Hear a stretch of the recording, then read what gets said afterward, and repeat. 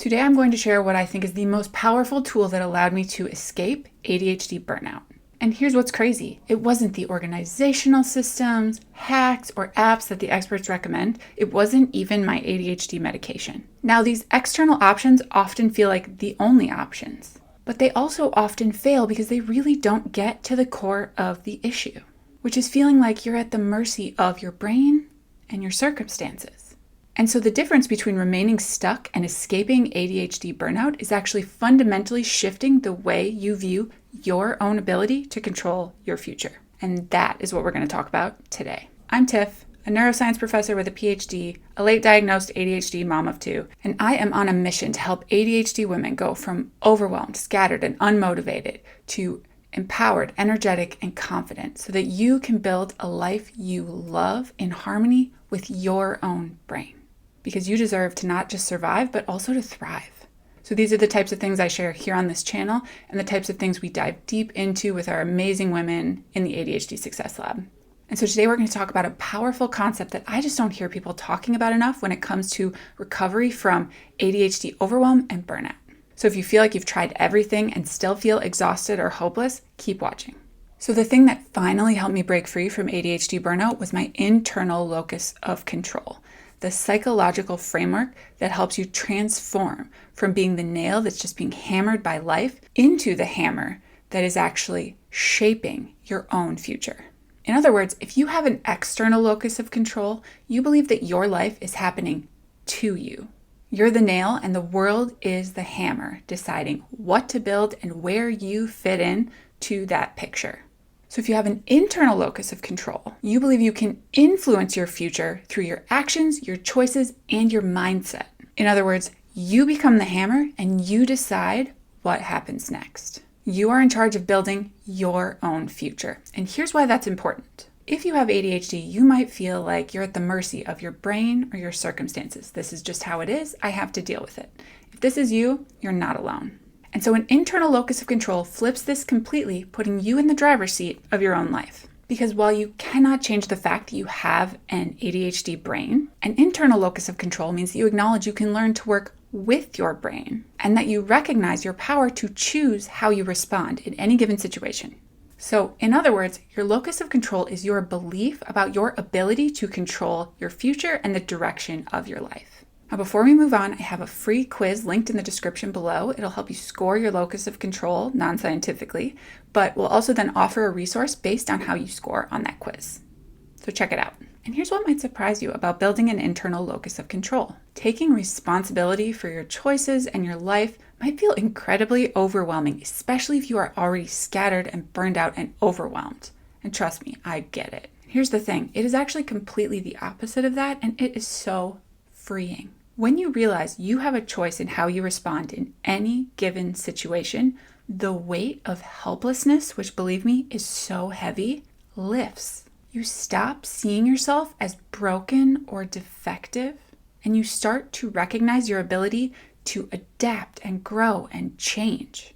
And that, my friends, is so empowering. That's when the real change and the real healing can start. So this is not about toxic positivity, pretending everything's fine, or always just pushing harder. Here are some things we control and some things we don't. We control our responses in any given situation. So how we respond to whatever situation we're in, that is always within our control. What we don't control is how other people react to or receive those responses. We can try to influence that by acting in different ways, but at the end of the day, we have no control over how people actually respond. We control what we spend our time doing. Where do we spend our precious and very limited time? That is under our control. We do not control how others wish we would spend our time. We can't control the requests coming in, the expectations of others, but we can ultimately control where we choose to spend our time and our energy. We control who we spend time with. Do we spend time with the people who give us energy or the people who drain our energy? What we cannot control is who asks for or demands our time. Those are two different things, but you always have a choice who you're going to give it to. We control how we speak to ourselves, but we don't control our initial feelings and thoughts. Those are automatic, but we can choose to respond to those negatively and reinforce negative thoughts and feelings, or we can recognize those happening and speak to ourselves kindly in spite of negative feelings and thoughts we might have about ourselves. We control how we treat others, but we cannot control how others treat us. We control whether other people are aware of how we want to be treated. Have we communicated that? Have we set boundaries? Do they know that something upsets us? But again, we cannot control how other people then choose to treat us. We control what our boundaries are. We cannot control whether other people actually respect our boundaries. Let me give you an example from my own life. When I was at the rock bottom of overwhelm in just a pit of burnout that quite honestly was of my own making because I was someone that never said no to anything and was constantly trying to overachieve to prove my worth. So I always took on too much and I never gave myself permission to recharge because that felt lazy and there was just too much to do to ever recharge. I started to feel so incredibly hopeless about the future because I couldn't see where this was ever going to change and I just wanted someone to come along and make it all better. I felt like it was always going to be like that, and I wasn't used to feeling like I wasn't capable of just handling it. I felt like needing help made me weak, but I needed help. So that is when I started asking myself the most powerful question that there is. Ready? That question is, what can I do about this? So I started by finding a coaching program to help me figure out how I can be successful, but also prevent myself from burning out ever again, because I already knew I never wanted to go back. I started therapy. This was huge. I picked one change at a time to try. I experimented. I mixed things up. When I finally got something in line, I changed something else. And little by little, I started to dig myself out.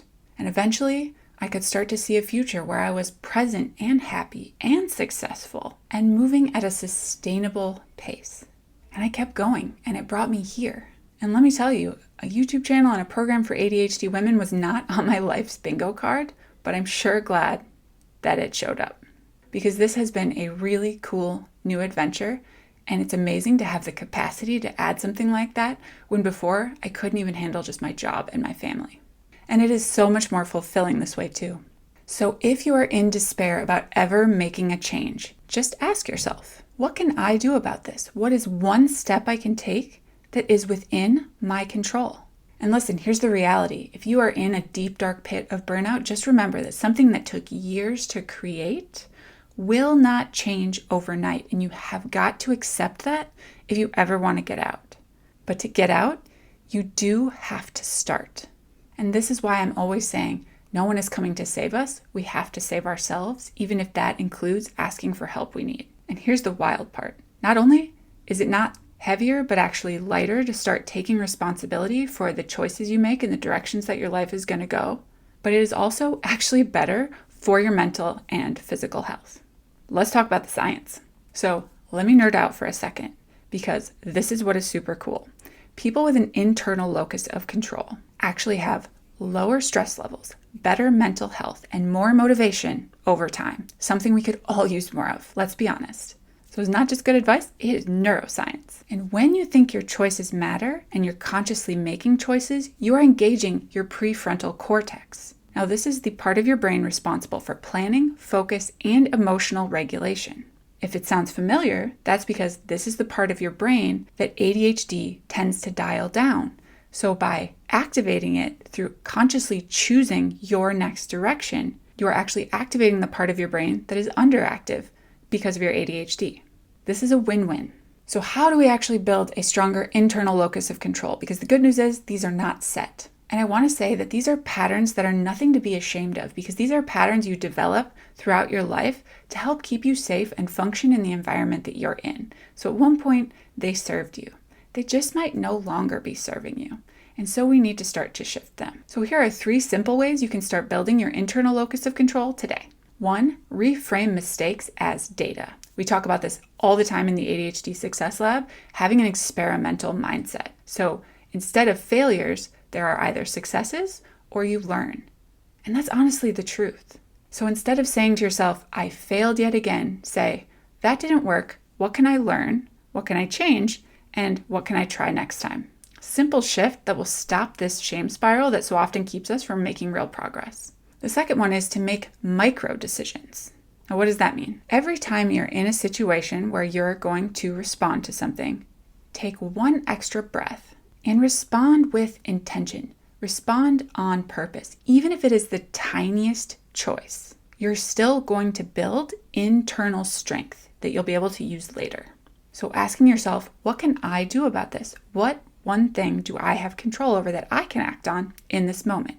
And number 3 is track what you did well.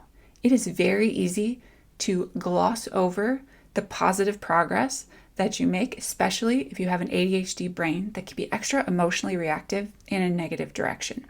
So when you do something well, even if it is tiny, I want you to pause, notice it. It's most effective if you say it out loud to yourself, like, good job for doing this, or write it down, because getting it out of your brain and into your ears or onto paper so that it goes into your eyeballs will actually reinforce that it happened and help you notice it. So these little wins will retrain your brain to trust yourself again, and building self-trust will allow you to strengthen that internal locus of control.